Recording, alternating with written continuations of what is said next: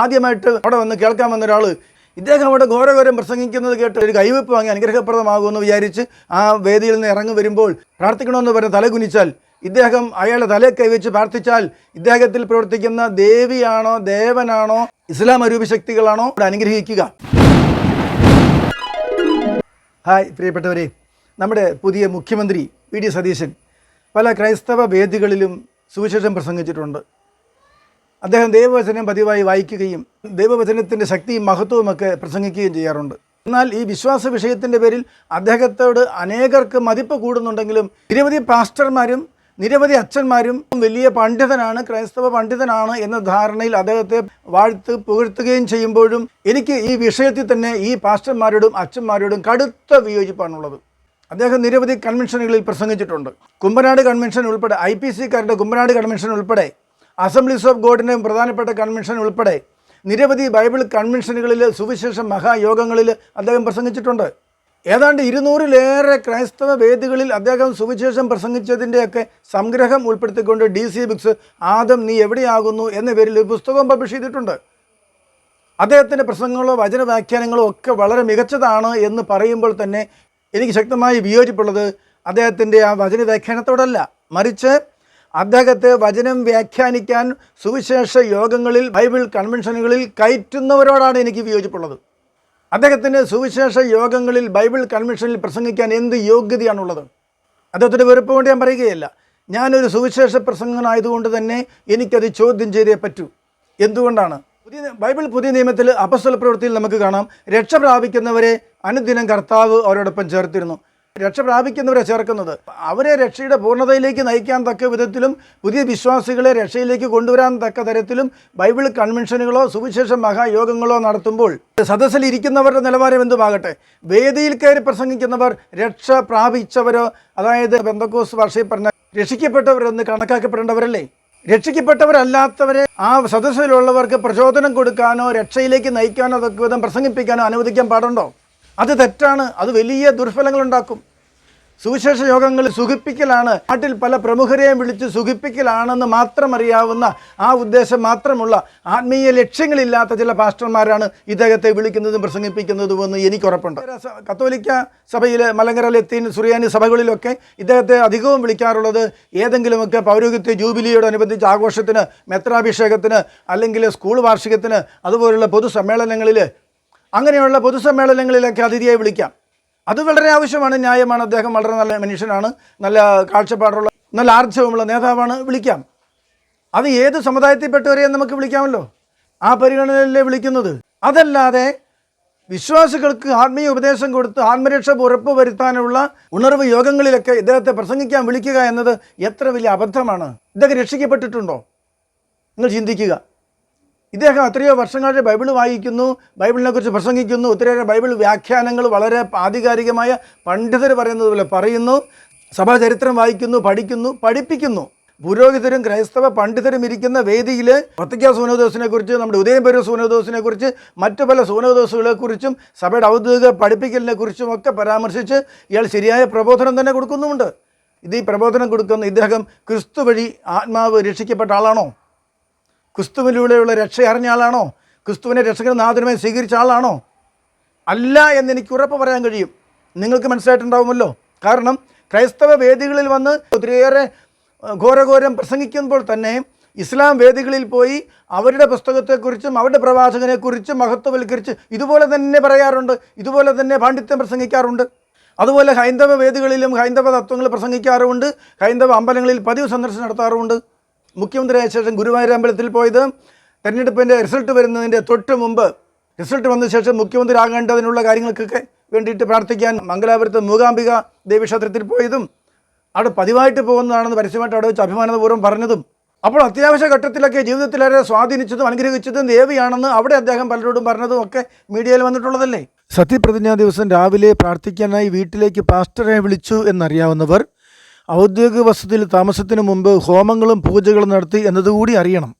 അങ്ങനെയുള്ള ഒരാളെ ആത്മാക്കളുടെ രക്ഷയ്ക്ക് വേണ്ടിയുള്ള ആത്മീയ വിഷയങ്ങൾ മാത്രം കൈകാര്യം ചെയ്യുന്ന, അനേകരെ വിശ്വാസത്തിലേക്കും തീക്ഷ്ണതയിലേക്ക് നയിക്കേണ്ടുന്ന, രക്ഷയിലേക്ക് നയിക്കേണ്ടുന്ന ബൈബിൾ കൺവെൻഷനുകളിൽ സുവിശേഷ യോഗങ്ങളിൽ പ്രസംഗിക്കാൻ വിളിക്കുന്നത് എത്ര വലിയ ദുർമാതൃകയാണെന്നറിയാമോ? ഇദ്ദേഹം അവിടെ ഘോരഘോരം പ്രസംഗിക്കുന്നത് കേട്ട് ആദ്യമായിട്ട് അവിടെ വന്ന് കൂടിയ ഒരാൾ, അവിടെ വന്ന് കേൾക്കാൻ വന്ന ഒരാൾ ഇദ്ദേഹത്തെ പോലെ ഉന്നതനായ ഒരു വചനപ്രഭാഷകൻ്റെ ഒരു കൈവെപ്പ് വാങ്ങി അനുഗ്രഹപ്രദമാകുമെന്ന് വിചാരിച്ച് ആ വേദിയിൽ നിന്ന് ഇറങ്ങി വരുമ്പോൾ ആ വേദിക്കരികിലേക്ക് ചെന്ന് പ്രാർത്ഥിക്കണമെന്ന് പറഞ്ഞ് തലകുനിച്ചാൽ ഇദ്ദേഹം അയാളുടെ തലയെ കൈവച്ച് പ്രാർത്ഥിച്ചാൽ ഇദ്ദേഹത്തിൽ പ്രവർത്തിക്കുന്ന ദേവിയാണോ ദേവനാണോ ഇസ്ലാം അരൂപശക്തികളാണോ ഏത് അരൂപശക്തികളാണ് അവിടെ അനുഗ്രഹിക്കുക? ആ വ്യക്തിക്ക് ലഭിക്കുന്നത് പരിശുദ്ധാത്മാഭിഷേകമാണോ ക്രിസ്തീയ അഭിഷേകമാണോ അത് ദേവിയുടെ അനുഗ്രഹമാണോ എന്ന് തിരിച്ചറിയണം. ദേവിയുടെ അനുഗ്രഹം വാങ്ങണമെന്ന് ആഗ്രഹിച്ചൊരു വെക്കൊള്ളട്ടെ, ക്രിസ്തുവിൻ്റെ അനുഗ്രഹം ഇയാൾ വഴി കിട്ടണമെന്ന് ആഗ്രഹിച്ച് പരിശുദ്ധാത്മാവിൻ്റെ നിറവ് ഇയാൾ വഴി കിട്ടണമെന്ന് ആഗ്രഹിച്ച് ഒരാൾ കൈവെപ്പിന് ചെന്നാൽ ഇയാൾ കൈവച്ചാൽ അവിടെ എന്താണ് സംഭവിക്കുന്നത് എന്നുള്ളത് ഇയാളെ വിളിക്കുന്ന പാസ്റ്റർമാരും പുരോഹിതരും ശ്രദ്ധിക്കേണ്ടതല്ലേ? വളരെ നിരുത്തരവാദപരമായ ഒരു കാര്യമല്ലേ? ആടുകളുടെ രക്ഷയുടെ കാര്യത്തിൽ ഒരു താല്പര്യവുമില്ലാത്ത വ്യാജ ഇടയന്മാർ, കൂലിക്കാര ഇടയന്മാരല്ലേ ഇങ്ങനെ പണി കാണിക്കുകയുള്ളൂ? ഇദ്ദേഹത്തിൻ്റെ പ്രസംഗം കേട്ട് പുളകിതനായ ഒരാൾ പിന്നീട് ഇയാളുടെ മുസ്ലിം പ്രസംഗങ്ങളും ഹൈന്ദവ അമ്പലങ്ങളിൽ സന്ദർശനങ്ങളും ഒക്കെ കാണുമ്പോൾ ദൈവമെല്ലാം ഒന്നാണെന്നും വലിയ വചനപ്രഘോഷകനായ വി ഡി സതീശനും പാസ്റ്റർമാർക്കും ഉന്നതരായ എല്ലാ പ്രഘോഷകർക്കും ഇങ്ങനെ എല്ലാ ആരാധനാലയങ്ങളും കയറി ഇറങ്ങി നടക്കാം, അവിടുന്ന് അനുഗ്രഹം വാങ്ങാം, അതൊക്കെ ദൈവികമായ പുണ്യമാണ് എന്ന് വിചാരിച്ച് അയാളും അത്തരം കാര്യങ്ങൾക്ക് വേണ്ടി അന്യദൈവ ആരാധനയ്ക്ക് പോയാൽ അങ്ങനെ ദുർമാതൃകയാകുന്ന ആരാണ്? ഈ എളിയവരിൽ ഒരുവന് ഇടർച്ചയ്ക്ക് കാരണമാകുന്നവൻ്റെ കഴുത്തിൽ തിരികല്ല് കെട്ടി കടലിൽ എറിയപ്പെടട്ടെ എന്നല്ലേ കർത്താവ് പറഞ്ഞത്? അപ്പോൾ എത്രയോ എളിയവർക്ക് ദുർമാതൃകയാകും. അതുകൊണ്ട് വിശ്വാസത്തിൽ ഉറയ്ക്കാത്തവരെ ഒരു കാരണവശാലും സുവിശേഷ വേദികളിൽ കയറ്റരുത്. അത് പ്രത്യേകം ശ്രദ്ധിക്കേണ്ടതുണ്ട്. IAS ഉദ്യോഗസ്ഥയായ ദിവ്യ IAS അയ്യർ ക്രിസ്തുവിനെക്കുറിച്ച് പലതും പറഞ്ഞു കേട്ടിട്ട് മാരാമൺ കൺവെൻഷനിൽ പ്രസംഗകയായി വിളിച്ചു. അതും ഇതുപോലെ എത്രയോ ഉത്തരവാദിത്വമില്ലാത്ത പാസ്റ്റർമാരുടെ അച്ഛന്മാരുടെ തെറ്റായ നടപടിയാണ്. ആ വിഷയത്തിലുള്ള എൻ്റെ ഒരു പ്രസംഗം ഏറെ മാസങ്ങൾക്ക് മുമ്പ് യൂട്യൂബിൽ അപ്ലോഡ് ചെയ്തിരുന്നു. അത് ഇതിനോടൊപ്പം ചേർത്ത് വെക്കുകയാണ്. സതീശൻ്റെ സുവിശേഷ പ്രസംഗവുമായി ബന്ധപ്പെട്ട ഈ വിഷയത്തിൽ വളരെ പ്രസക്തമായ കാര്യങ്ങളാണ്, വളരെ ഗൗരവമായ കാര്യങ്ങളാണ് ആ വീഡിയോയിൽ പറയുന്നത്. നിങ്ങളത് കേൾക്കുക. നിങ്ങളുടെ എതിരഭിപ്രായം ഉണ്ടെങ്കിൽ കമൻറ്റ് ചെയ്യണം. സബ്സ്ക്രൈബ് ചെയ്യാത്തവരാണെങ്കിൽ സബ്സ്ക്രൈബ് ചെയ്യണം. ആ വീഡിയോ കാണുക. ഞാൻ പറഞ്ഞു വന്ന കാര്യം, ബൈബിൾ കൺവെൻഷനുകളിലോ വിശ്വാസപരമായ നമ്മുടെ തിരുക്കർമ്മങ്ങളിലോ പ്രസംഗകരായിട്ടായാലും അതിഥികളായിട്ടായാലും ക്ലാസ് എടുക്കുന്നവരായിട്ടായാലും വിശ്വാസികളെ, ക്രൈസ്തവ വിശ്വാസികളെ മാത്രമേ ക്ഷണിക്കാൻ പാടുള്ളൂ. 2022 മാരാമൺ കൺവെൻഷന് പ്രസംഗിച്ച വ്യക്തിയാണ് ദിവ്യ IAS അയ്യർ. 2023 ശശി തരൂർ പ്രസംഗിച്ചു. 2018 ശ്രീകുട്ടി പ്രസംഗിച്ചു. ജസ്റ്റിസ് ദേവൻ രാമചന്ദ്രൻ പ്രസംഗിച്ചു. ഇവരൊക്കെ 10,000 തടിച്ചുകൂടുന്ന മാരാമൺ കൺവെൻഷനിൽ പ്രസംഗിച്ചവരാണ്. ഇവരൊക്കെ ക്രൈസ്തവ വിശ്വാസികളാണോ അതോ ഒരു മിത്തായി കണ്ട് ക്രിസ്തുവിനെ ഫോളോ ചെയ്യുന്നവരാണോ? നിങ്ങൾ ഇവരെക്കുറിച്ച് പഠിക്കുക. ഞാനത് പറയുന്നില്ല. ഞാനിപ്പോൾ പറഞ്ഞു വരുന്ന വിഷയം തീവ്രവാദമാണെന്ന് വിചാരിക്കരുത്. 2 തരം ക്രൈസ്തവരെ നാം തിരിച്ചറിയണം. 2 തരം ക്രൈസ്തവർ എങ്ങനെയാണ്? ക്രിസ്തുവിനെ അവതരിച്ച ദൈവപുത്രനായി കണ്ട് സ്നേഹിച്ച് ആരാധിക്കുന്ന ക്രൈസ്തവർ, അതുകൂടാതെ നിരവധി ദേവന്മാർക്കിടയിൽ മിത്തുകളിൽ ഒരു മിത്തായി കണ്ടുകൊണ്ട് ക്രിസ്തുവിനെ ഒരു സ്നേഹിച്ച് ഫോളോ ചെയ്യുന്ന ചിലരും. അങ്ങനെയുള്ളവർ ഒരിക്കലും ക്രൈസ്തവ വിശ്വാസികളല്ല. അവരെ എന്തെങ്കിലും പള്ളിയുടെ ജൂബിലി, സ്കൂളിൻ്റെ ജൂബിലി, അങ്ങനെ എന്തെങ്കിലുമൊക്കെ ഒരു ആഘോഷം, പൊതുസമൂഹം പങ്കെടുക്കാവുന്ന ഒരു ആഘോഷമുള്ളപ്പോൾ വിളിക്കാം. അതിലുപരി വിശ്വാസപരമായ വിഷയങ്ങളിൽ ബൈബിൾ കൺവെൻഷനുകളിലോ ധ്യാനങ്ങളിലോ ഉദ്ഘാടകനായിട്ടോ ഗസ്റ്റായിട്ടോ ക്ലാസ് എടുക്കുന്നതിനായിട്ടോ അവരെ കയറ്റാൻ പറ്റുമോ? അവർ ക്രിസ്തീയ തത്വം അടിസ്ഥാന ബോധ്യങ്ങളുണ്ടോ? അവരെ കയറ്റിയാലുള്ള പ്രശ്നങ്ങൾ ഭവിഷ്യത്ത് എന്താണെന്ന് നിങ്ങൾ ചിന്തിക്കുന്നത്? അതിനെക്കുറിച്ച് ഒരു ബോധവുമില്ല. അവരെന്തെങ്കിലും നല്ല വാക്ക്, നമ്മെ സുഖിപ്പിക്കുന്ന എന്തെങ്കിലും വാക്ക് പറഞ്ഞ് കിട്ടാൻ വേണ്ടി മോഹിച്ച് അവരുടെ പുറകെ പോകരുത്. എന്തിനേറെ ഒരു ക്രൈസ്തവ മതത്തിൽ നിന്നോ ഹൈന്ദവ മതത്തിൽ നിന്നോ ഇസ്ലാമായ ഒരാളെ, ഫുള്ളായിട്ട് ഇസ്ലാമായി മതം മാറിയ ഒരാളെ പോലും അവരുടെ പള്ളിയിൽ അവരൊരു പരിപാടിക്ക് പ്രസംഗിക്കാൻ കയറ്റുകയില്ല. ഇവിടെ എന്താണ്? വിശ്വാസ വിഷയത്തിൽ യാതൊരു വിലയും കൽപ്പിക്കാത്ത, ശ്രദ്ധയില്ലാത്ത ഇടയന്മാർ, ആടുകളെ നോക്കാത്ത, ആടുകളെ പരിപാലിക്കാത്ത ഇടയന്മാർ, ചെന്നായ്ക്കളെ തിരിച്ചറിയാൻ കഴിയാതെ ആടുകളെ പരിപാലിക്കാൻ ഉത്തരവാദിത്വമില്ലാത്ത ഇടയന്മാരുടെ വലിയ വീഴ്ചയാണിത്. എന്താണ് ഭവിഷ്യത്ത്? നമുക്ക് ചിന്തിക്കാൻ വിളിച്ചാലുള്ള ഭവിഷ്യത്ത്. അവർ ക്രിസ്തുവിനെക്കുറിച്ച് നല്ല അഭിപ്രായം പറയുന്നത് കേട്ടിട്ട് കൺവെൻഷനിലൊക്കെ പങ്കെടുത്ത് പുളകമണിഞ്ഞ് പോകുന്ന വ്യക്തികൾ, ഇവർ അങ്ങനെ താരാരാധന, വീരാരാധന പോലെ ഇവരെയൊക്കെ കൊണ്ടു നടന്നിട്ട് ഇവരതിൽ അമ്പലത്തിൽ പോയി പൂജ അർപ്പിക്കുന്നതോ അതുപോലെയുള്ള ക്രൈസ്തവ വിശ്വാസത്തിന് ഘടകവിരുദ്ധമായ കാര്യങ്ങൾ പറയുകയോ ചെയ്യുമ്പോൾ അവർ പറഞ്ഞതിനാൽ അവർ വലിയ വലിയ പ്രഘോഷകരില്ല, നമ്മൾ അത്ര ആയിട്ടില്ലല്ലോ, അപ്പോൾ ഇത് കുഴപ്പമില്ലെന്ന് വിചാരിച്ച് അങ്ങ് വിഴുങ്ങും, ദുർമാതൃകയാക്കും. അവരുടെ വിഗ്രഹ പൂജ പോലും ദുർമാതൃകയാക്കും പിന്നീട് ഈ ക്രൈസ്തവ വിശ്വാസികൾ. അങ്ങനെ വിശ്വാസികളെ വളരെയേറെ വഴിതെറ്റിക്കുന്നവരായി മാറും. ഒരു എക്സാമ്പിൾ ഞാൻ പറഞ്ഞു തരാം. കത്തോലിക്ക തീക്ഷ്ണതയുള്ളവരുടെ ജൈനിസ് മീഡിയ എന്ന ചാനലിൽ, യൂട്യൂബ് ചാനലിൽ ഒരാൾ വീഡിയോ പോസ്റ്റ് ചെയ്തത് ദിവ്യ എസ് അയ്യരോട് മാപ്പ് ചോദിച്ചുകൊണ്ട് ക്രൈസ്തവരെ വിമർശിച്ചതിൽ മാപ്പ് ചോദിച്ചുകൊണ്ട് ഒരു വീഡിയോ ഒരാൾ പോസ്റ്റ് ചെയ്തു.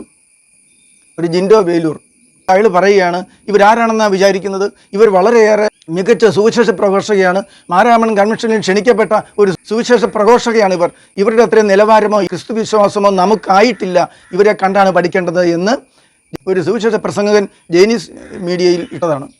അങ്ങനെ സുവിശേഷ പ്രസംഗകർ പോലും ഇവരെ സപ്പോർട്ട് ചെയ്ത് പ്രസംഗിക്കുകയും ഇവർ നമ്മളെക്കാൾ ഉയർന്ന സുവിശേഷ പ്രഘോഷകയാണെന്ന് പ്രസംഗിക്കുകയും ചെയ്യുന്നുണ്ടെങ്കിൽ അത് വളരെയേറെ വിപത്താണ് വിളിച്ചു വരുത്തുക എന്ന് മനസ്സിലാക്കണം.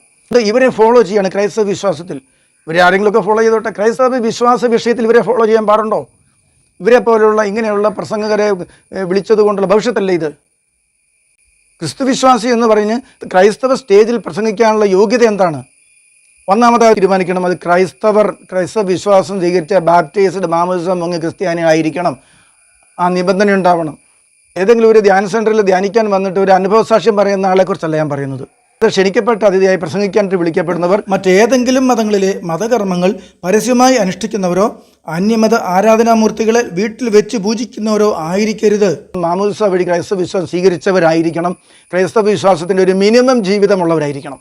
ക്രൈസ്തവ വിശ്വാസ വിഷയങ്ങളിൽ നമ്മുടെ കൺവെൻഷൻ സ്റ്റേജുകളിലൊക്കെ ക്ഷണിക്കപ്പെടുന്നവർ പല ദേവന്മാരെ പൂജിക്കുന്ന കൂടെ അതിലൊരാളായി ക്രിസ്തുവിനെ ബഹുമാനിക്കുന്നവരാകരുത്. യഥാർത്ഥത്തിലുള്ള ക്രിസ്തു വിശ്വാസി ആയിരിക്കണം. എല്ലാം തികഞ്ഞവരെ കിട്ടില്ലെങ്കിലും യഥാർത്ഥത്തിലുള്ള ക്രിസ്തു വിശ്വാസി ക്രിസ്ത്യാനിയമായിരിക്കണം എന്ന കാര്യത്തിൽ നാം സ്ട്രിക്റ്റ് പിടിക്കേണ്ടതുണ്ട്.